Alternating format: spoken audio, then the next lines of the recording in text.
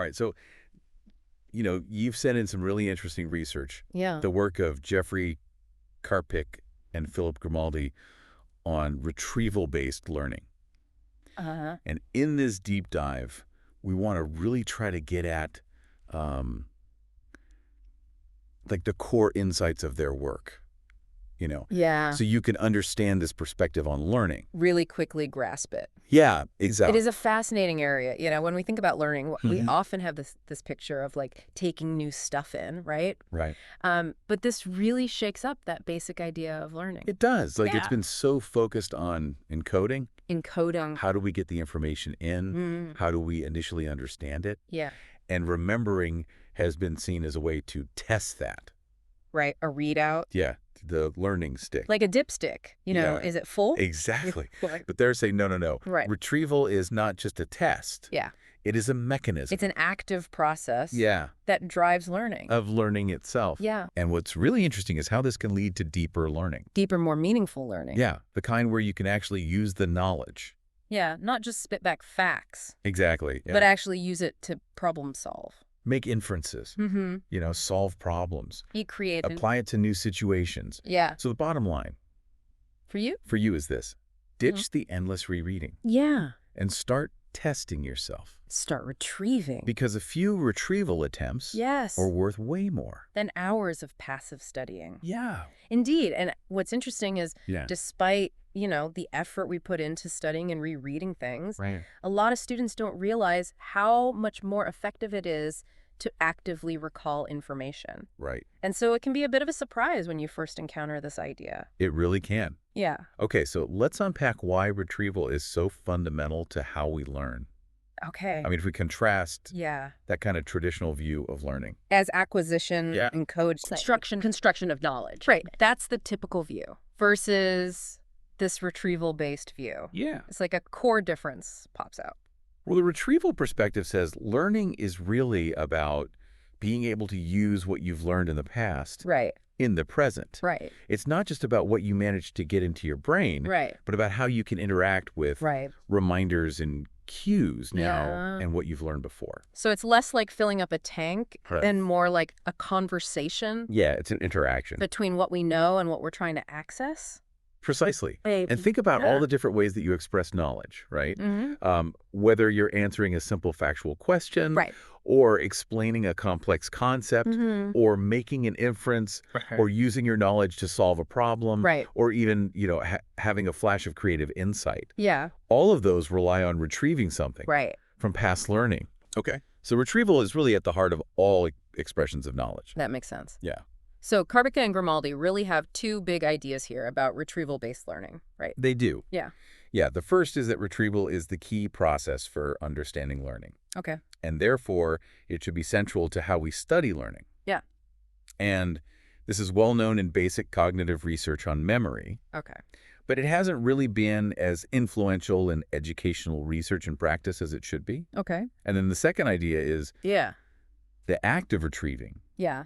doesn't just assess what, Right. it actually contributes to learning. It changes it. Yeah, it improves learning. Yeah. And they link this to, they talk about Pasteur's quadrant, Yeah. right? And how that's the type of research they're trying to do. Yeah, the importance of research that integrates both fundamental scientific understanding with practical application, Right. right?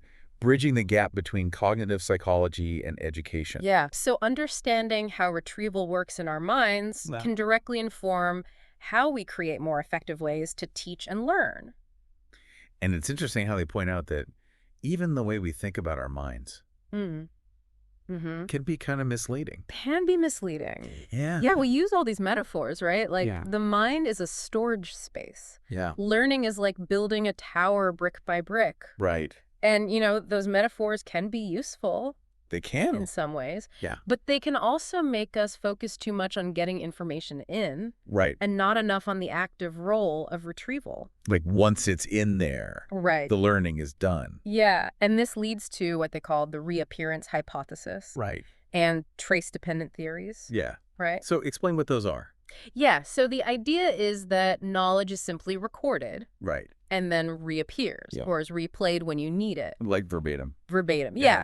And trace-dependent theories suggests that you know how well you do on a task simply reflects how strong or intact the memory trace of the initial learning is. Right. Like if you laid down a good trace, then it's just a matter of reading it out later. Got it. And so that's kind of an oversimplification. Yeah. Our understanding of memory is much more nuanced now. It is. Than that, right? Right. And in fact, for years, cognitive psychology has shown that we don't just store exact copies of what we experience, but rather we actively reconstruct knowledge when we try to remember. Okay, so we're piecing it together. Piecing it together. And that's why we have, false memories. Right. We get things wrong. Right. It's not like a perfect playback of a videotape. Right. It's more like, active reconstruction. an active reconstruction of what might have happened. And you know what's interesting to illustrate this point? Yeah. Is that classic Anderson and Pitchert study where they had students read a story about a house. But they were asked to remember details from different perspectives. Yeah. So imagine you're reading a story about a house, right? Yeah. But you're told to read it from the perspective of a burglar who's thinking about breaking into this house versus a potential home buyer. Right. So very different perspectives. Yeah. And what they found was fascinating. What'd they find? When they were later asked to recall the story from the other perspective, they remembered totally new details. Oh, wow. That were relevant to that perspective, but that they hadn't recalled before. So even though everyone read the same story, they didn't remember the same things. No, they didn't. Because of the perspective they took. Right, the perspective or the retrieval cues. The cues that were given, yeah. So the information is not just sitting there. No. It's how you access it. Right. That determines what you can remember. Yeah. And this really highlights that we can never really examine knowledge in a vacuum. We can only examine what people are able to retrieve. In a certain situation. And with certain cues. Got it. So that's, That's a foundational idea here. Foundation for why understanding retrieval is so important to understanding learning in the first place. Right. And that leads to the second big idea. Yeah. Which is how the very act of retrieval changes how we learn. Right. So it's not just about accessing the information. It's that the act of trying to access it actually changes it. Changes things. Yeah, for the future. Yeah. Yeah. So they talk about direct and indirect effects. Right. So the indirect effects are things like when you try to remember something and you realize you don't know it, that can guide your future study. Right. So you study it more. You study the things you got wrong more. Yeah. But the direct effects are perhaps even more important. Okay, what are those? And that is the idea that every time you retrieve something, yeah, you actually strengthen that knowledge. Interesting. And you make it more retrievable in the future. Like mental reps. Yeah, it's like practicing our knowledge. Yeah, like exercising a muscle. Right. The more you use it, the stronger it gets. Oh, okay. And so the Karpik-Oduger vocabulary study was a great example of this direct effect, right? Yeah. So in that study, students were learning new Swahili vocabulary words. Okay. And so they would see the word and then its definition. And then they would have to recall the definition given the word. Got it. And once they were able to recall a word, yeah, it was handled in one of four ways. Okay.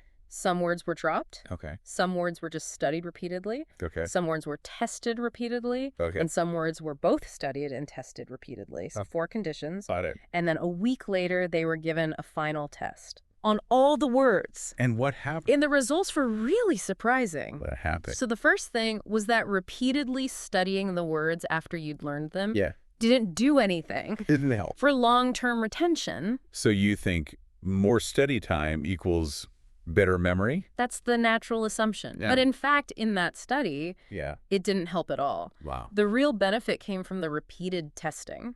Okay. So even just 2 or 3 additional tests led to like 150% improvement in long-term retention. That's huge. It's huge. Yeah. So just by changing how you study, you can dramatically improve how much you remember. That's incredible. Yeah.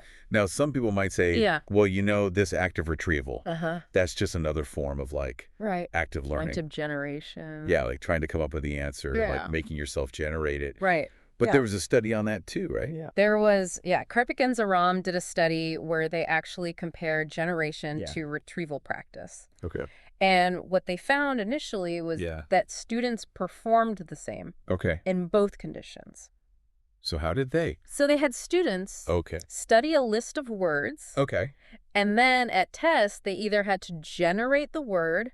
Given like... part of the word? Yeah, a fragment or... Or just like the first letter? Yeah, like a word stem or something. Or they had to retrieve the word that they had studied, given that same cue. And what they found was that initially they were equally good at generating words that fit that fragment versus retrieving the words they had studied. So there was no initial difference. Right. But then when they looked at final recall, that's when the difference emerged. What happened? The students who had engaged in intentional retrieval remembered significantly more than the students who had just generated words. Oh, wow. So the act of intentionally trying to pull it from memory. Yeah, and in fact, in that study, there was no advantage of generating over just reading. So it's not just about being active. No, it's about this specific process of trying to retrieve something from memory. And it has a unique benefit. Yes. Okay, so the act of retrieval itself seems to have this unique property of strengthening. Of strengthening memory. Yeah. And they also looked at how attempting to retrieve something, even if you don't get it right, even if you fail, can actually improve your learning later on. So this is the idea of... So this is like where those indirect effects can lead to direct benefits. Direct benefits for later learning. Right. And there's the Grimaldi and Karpik word pair study that shows this. Yeah. So in that study, they had students try to recall the second word in a pair. Before they even studied the pair together. So they would see like tide dash. Tide dash. And they'd have to guess. Yes. Before seeing tide beach. Tide beach. Yeah. And they compared that to just studying the pairs without that initial attempt to recall. And what's interesting is that even though students often couldn't guess the right word during that initial pretest, they actually remembered those pairs better later on than the group that had no pretest. Right. So even just attempting to retrieve, even a failed retrieval attempt can prime your brain to learn that information more effectively. So struggling to remember it can actually make you learn it better when you do see the answer. Yeah, it's counterintuitive. It is, totally. But that's what they found. Now, they also had a condition. It did. Where they gave students a little bit of a hint. A fragment. Like a fragment of the word. Of the target word. And that actually hurt learning. It did. It was worse than... Compared to no hint at all. Yeah. And that led to this idea of like a search set. Yeah. So the idea is... Can you explain that a little? Yeah. So when you try to retrieve something from memory... Even if you don't get it right... You're activating a whole bunch of related information. And creating what they call a retrieval search set. Like a mental search net. And that wider activation then makes your brain more receptive to the information when you later study it. But if that initial search is too narrow, like if you're given a very specific fragment, then you don't get that same benefit. So for you, if you're struggling to remember something, don't just immediately look up the answer. Try to think about... Related concepts. Related concepts. Even if you can't come up with the exact thing. Yeah, just that act of searching can benefit you later on. Okay, so trying to remember early. Yeah. Even if you draw a blank. Can set the stage for better learning later. Okay. So a fair point to make about some of these earlier studies is they were using pretty simple materials like word pairs. Right. Simple stimuli. And people might say, well... Does this generalize more meaningful learning to the real world? Yeah. So they looked at that too, right? They did. Yeah. They addressed this question of whether retrieval practice can enhance meaningful learning. Okay. And by meaningful learning? By meaningful learning, we mean a kind of learning that is, robust and enduring and well organized and allows you to make inferences and transfer, right? As opposed to rote learning, which is brittle and transient and disorganized, right? And so they argue that, ultimately all learning involves reconstructing knowledge based on retrieval cues. And that the difference between rote learning and meaningful learning may not be so much about how you initially learn something, but about the similarity of the retrieval context to the initial learning context. But they definitely looked at the question of whether retrieval practice can enhance meaningful learning with more complex materials. And a good example of that was... the Roediger and Karpik study. With the educational text. With educational texts. Yeah. Can you walk us through that one? Yeah. So in that study, students read science passages. Okay. And then they either just repeatedly studied them. Okay. They called that the SSSS condition. For studies. Exactly. 4 study periods. Okay. Or they had different amounts of retrieval practice. Okay. So either SSSR, 3 studies, and then a final test. Okay. Or SRR. Study and then 3 tests. 1 study and then 3 retrieval practice tests. Got it. And what they found was really interesting. Go ahead. The group that spent the most time retrieving Okay. actually remembered the information much better a week later. Then the group that just kept studying. Even though they spent the same total amount of time. On the material. With the material. Wow, that's so counterintuitive. And what's more is that the students predicted Yeah. that repeated studying would be better. Yeah. So again, this shows that They have this misconception. Misconception about the power of retrieval.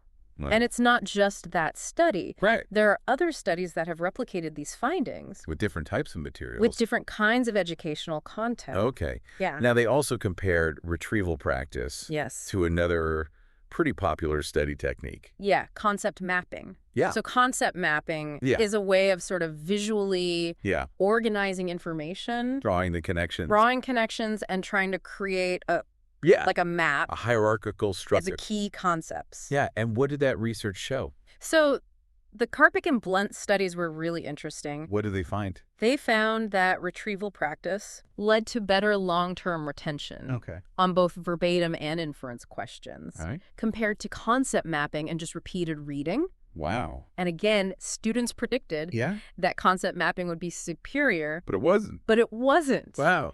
And even more strikingly, they did a second experiment where the final test was a concept map. Okay. So they were actually testing students on how well they could concept it. On their ability to create a concept map. And what happened? And what they found was that even in that case, retrieval practice during learning was still better. Was more effective than creating concept maps during learning. Creating concept maps during learning. That is wild. So it suggests that the act of retrieval itself is really beneficial for this kind of deep, meaningful learning. Wow. So even more so than actively organizing information. Collaborative study like concept mapping. Wow. And the students still didn't realize that. And they still predicted that concept mapping would be better.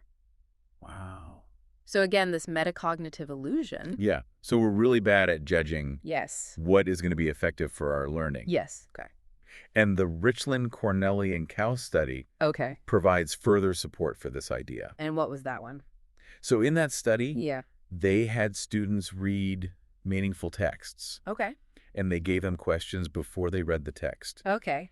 And they found that attempting to answer those pretest questions improved learning. Compared to just reading the text. Compared to just reading the text. Okay.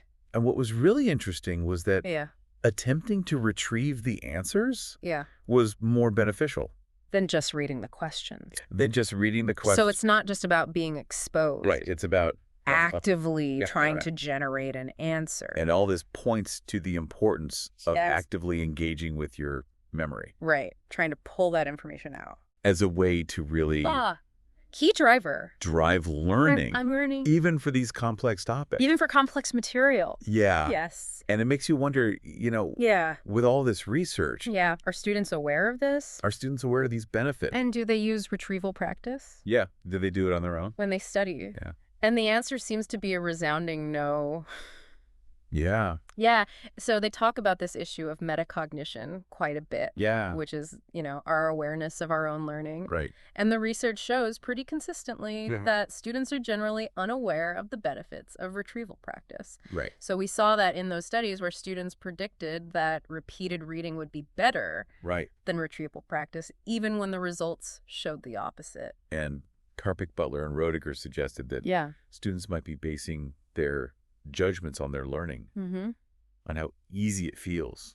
Fluency. Yeah, processing fluency. Processing fluency, yeah. So repeated reading feels fluent. It feels easy. Yeah, so they're like, oh, I must be learning. I must be learning a lot. Yeah. Retrieval, on the other hand, can feel difficult. Yeah. It can feel effortful. You're struggling. Yeah.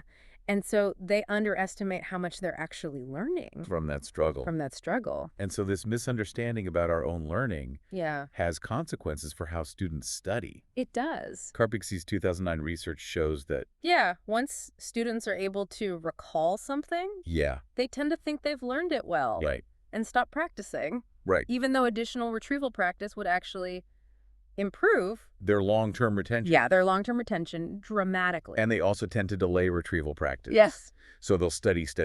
Right, and then maybe test themselves once at the end.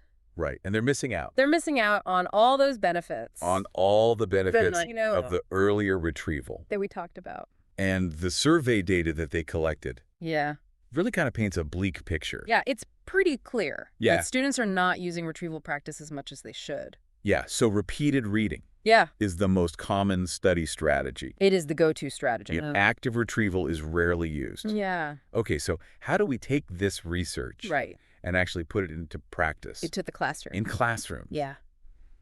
And they talk about some promising ways to do this. Yeah. And they start with classroom quizzes. Low-stakes quizzes. Yeah. So not high pressure. Not for a grade. Just a way to practice. Just to practice retrieval. Yeah. And there's a lot of research now showing that these low-stakes quizzes can be really effective. Yeah, like the McDaniel Ella. Yeah, the McDaniel studies. In middle school science classes. In middle school science classrooms. Showed positive long-term effects of quizzes. On different types of tests. On unit exams, on semester exams, and even on year-end exams. So these quizzes can have lasting benefits. And it seems like when those quizzes are given, also makes a difference. Right. So quizzes given before lectures, after lectures, during lectures, they've all shown benefit. Okay. And what about pre-testing? Pre-testing. Yeah. So giving students... giving students questions before they learn new material. Right. The research on that is a bit more mixed. Yeah. So McDaniel et al. Found no effect of multiple choice pretests. Okay. But Narlock et al. Found benefits of fill-in-the-blank pretests.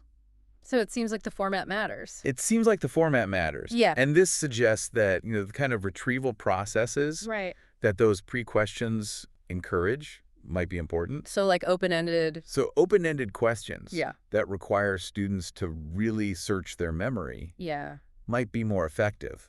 Than just selecting from multiple choice options. Than just recognition. Right. And then they also mentioned... I'd also mentioned the PureMem method. Yeah, what is that? So that's a really nice example of how you can implement retrieval practice in the classroom. Okay. So it stands for Personalized Retrieval Practice for Enhanced Meaningful Memory.